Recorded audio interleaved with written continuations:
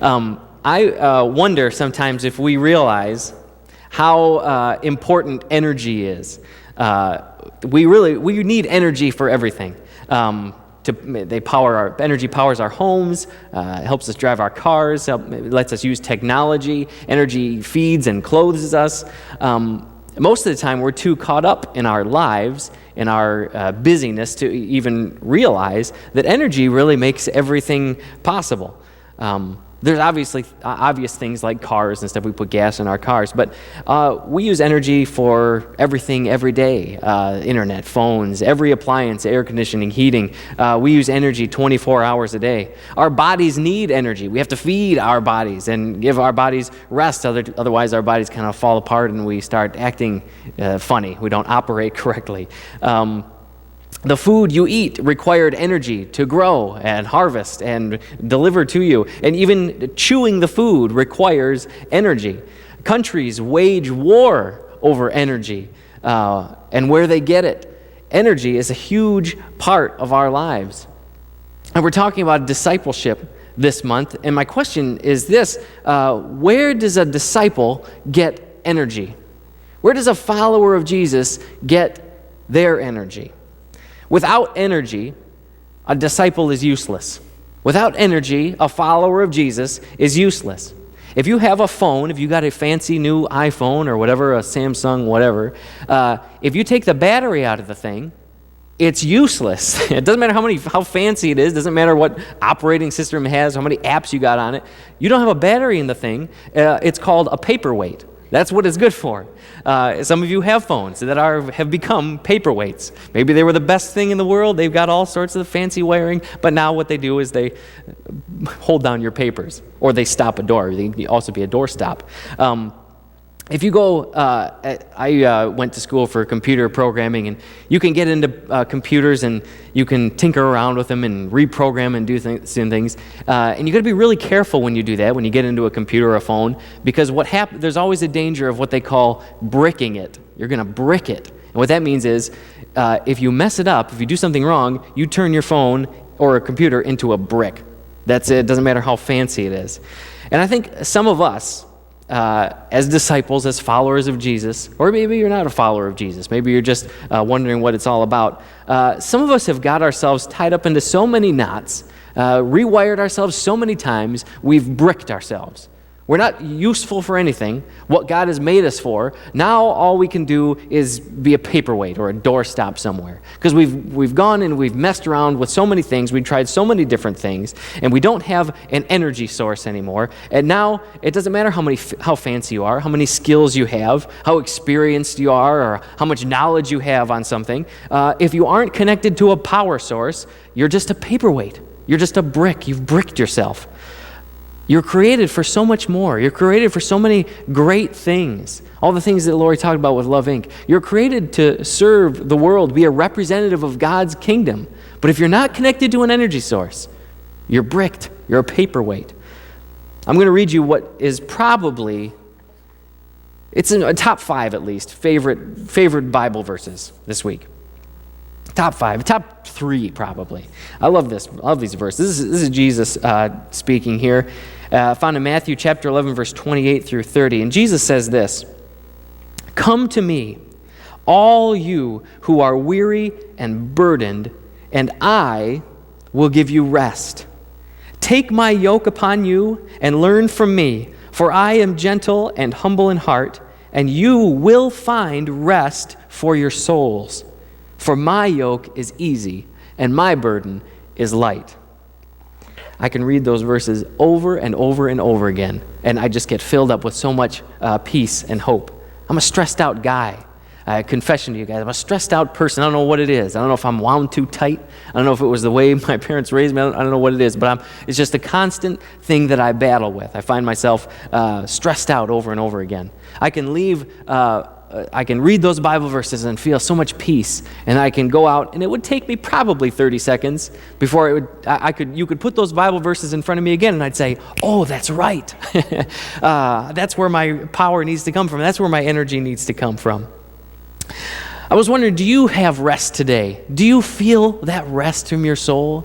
Or do you feel that stress? Do you feel that exhaustion? Do you feel the burnout instead? Because if you do, then you're not going to the right place.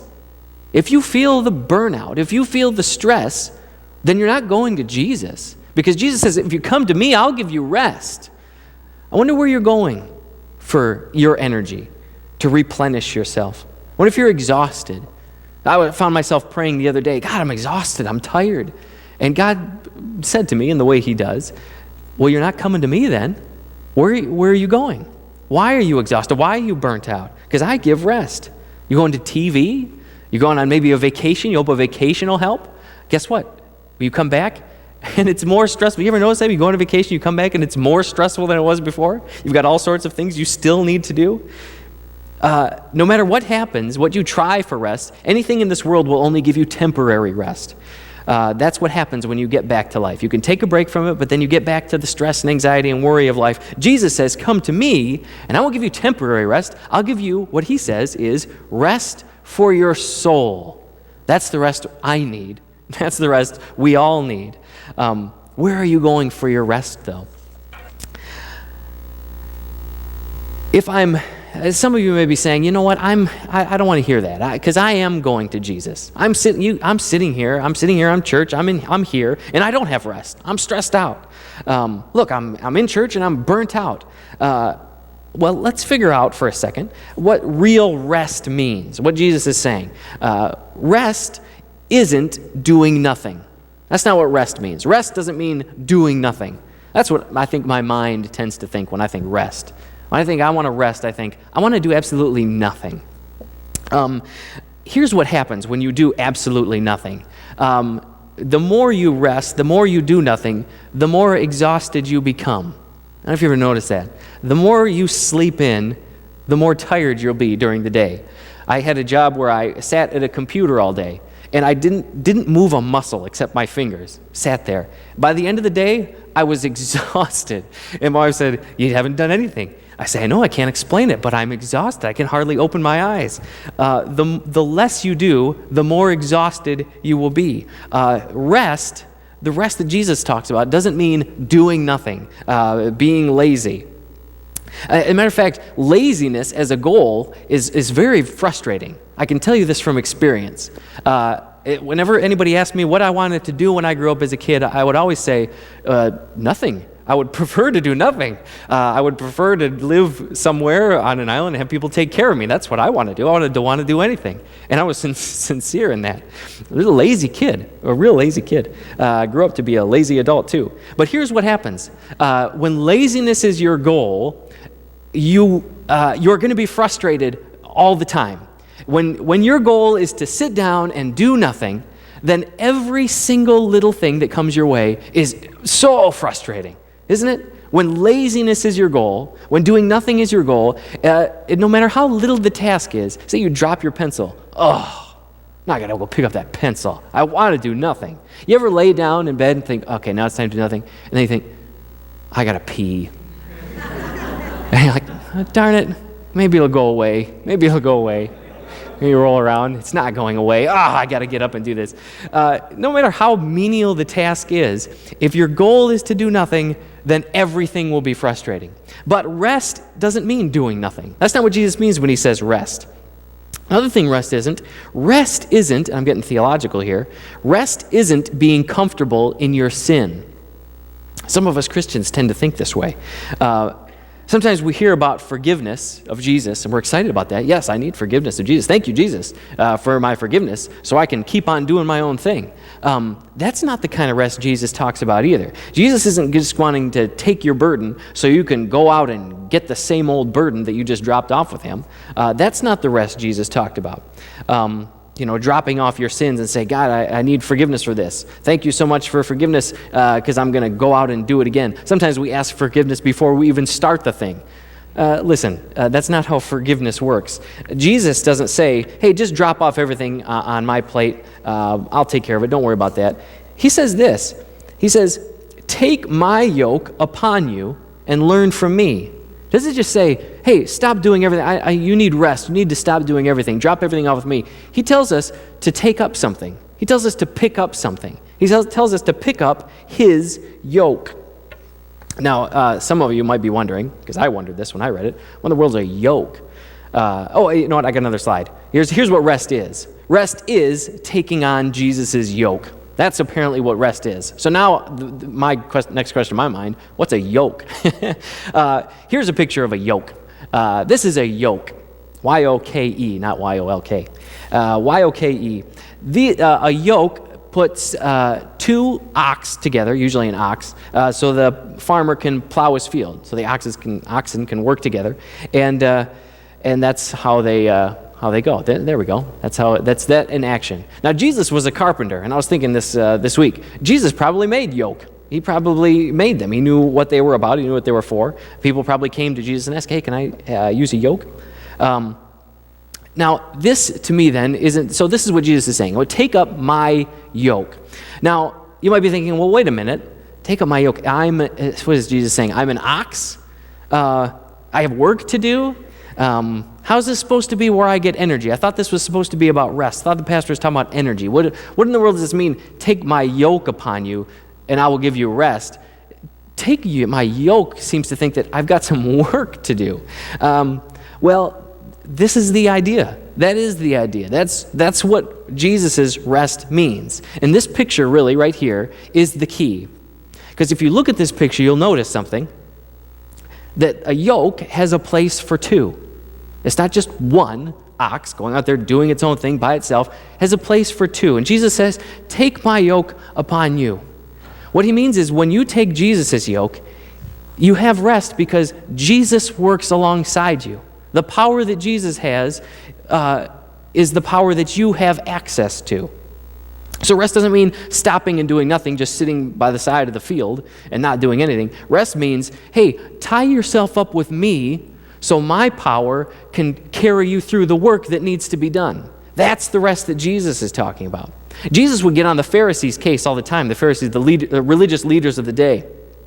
And he would say things like, you tie everyone up with all sorts of rules and burdens for the people. And by the way, the religious leaders were just reading the Bible, the Old Testament. They were just going through and saying, hey, look, this is what Moses says to do. You guys ought to do it.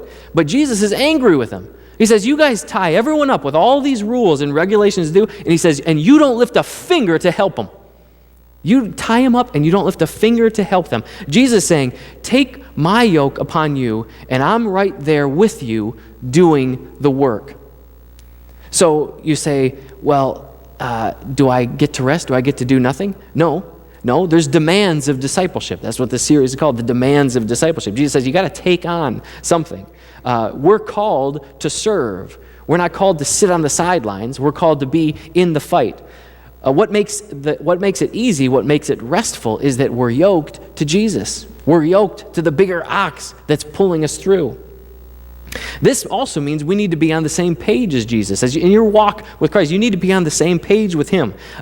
If you try running ahead or running over here and trying to do all sorts of things, if you're yoked with Jesus, you're going to get strangled if you try to do your own thing. Try running ahead, going over here, being all sorts of weird places. If you're yoked with Jesus, you're going to end up choking yourself, and that's a good thing because Jesus doesn't want you over there. He doesn't want you way over here. He wants you with him doing the work. You want to go off and do your own thing, you're going to be off doing your own thing, and you're going to be stressed out, and you're going to be burnt out, and you're going to be exhausted because you've left Jesus.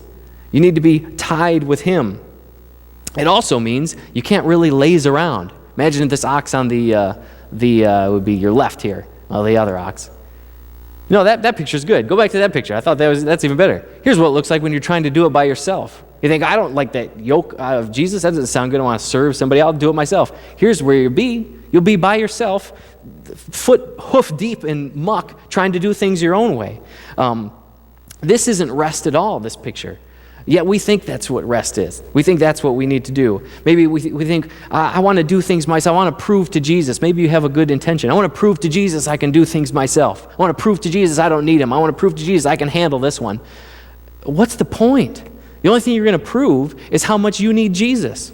The only thing you're going to prove is, it's terrible by myself. Jesus says, take my yoke upon me, learn from me, and you will find rest for your souls. Without Jesus, you still have a burden.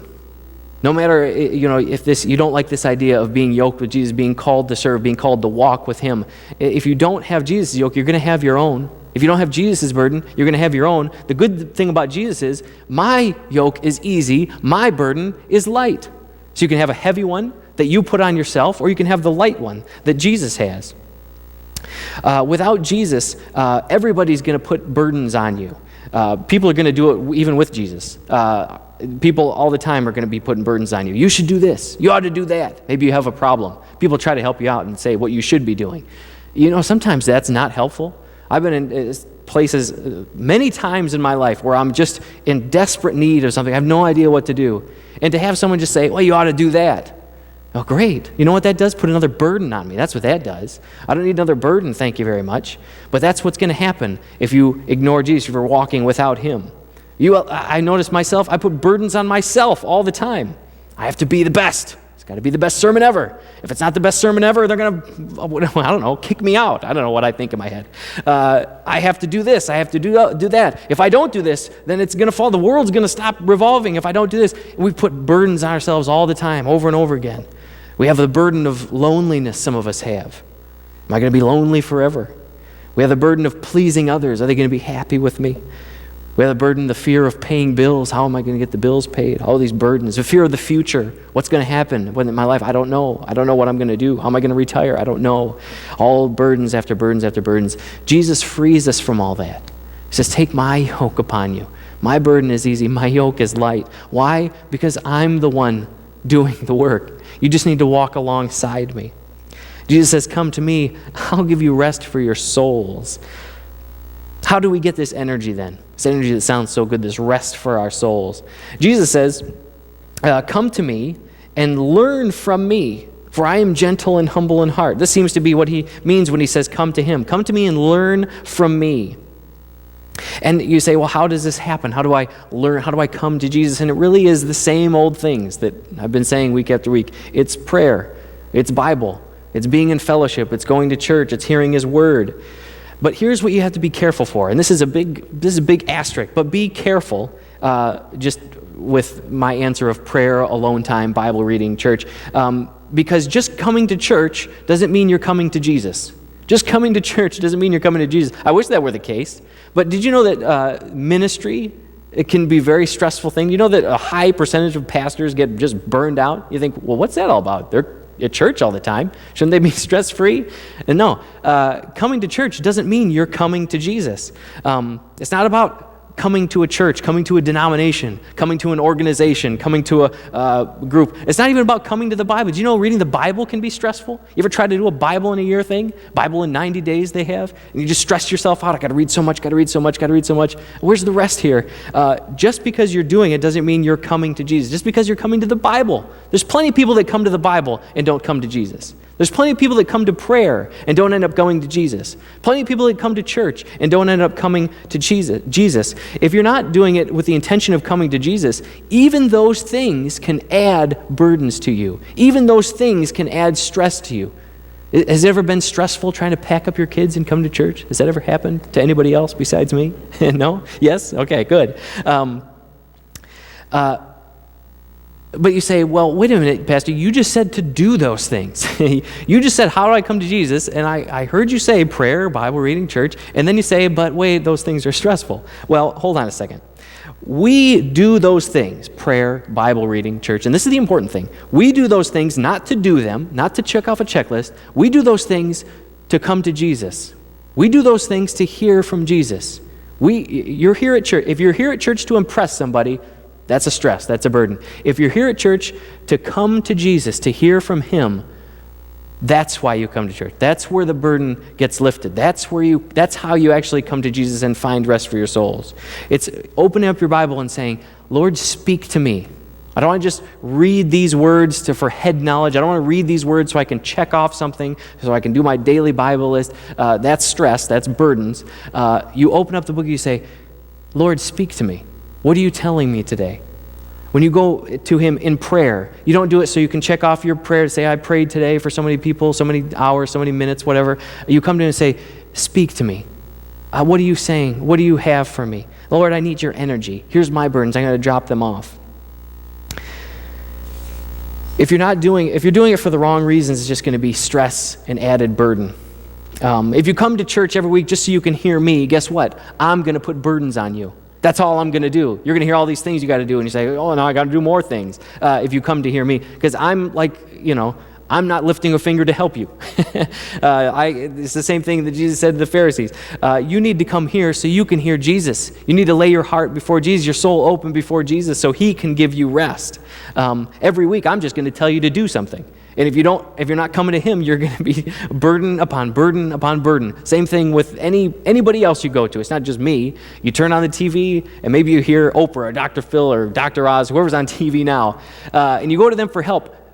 Listen, they're just going to give you more things to do. They're just going to give you more burdens to follow. If you're not coming to Jesus, then you're missing the whole point. And that difference is so huge. If you miss that, you really miss everything. If you miss that, and I've seen it time and time again, there's plenty of people who miss that all the time. I went to church forever, didn't change a thing in my life. Well, guess what? They went to church, they didn't go to Jesus. We need to be preparing our hearts and saying, God, I'm getting up this morning, I'm coming to church so I can worship with you, so I can feel your presence, so I can hear from you. Not that joker up there. I want to hear from you, Lord. And our energy comes from Jesus. All those things, prayer, Bible, church, those things point to Jesus. All those things point us to him, like a sign.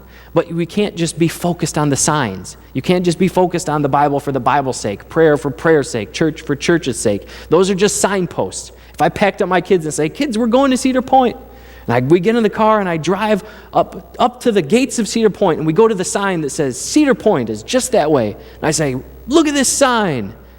And the kids say, yeah, it's a sign. I say, isn't it great? It points us to Cedar Point.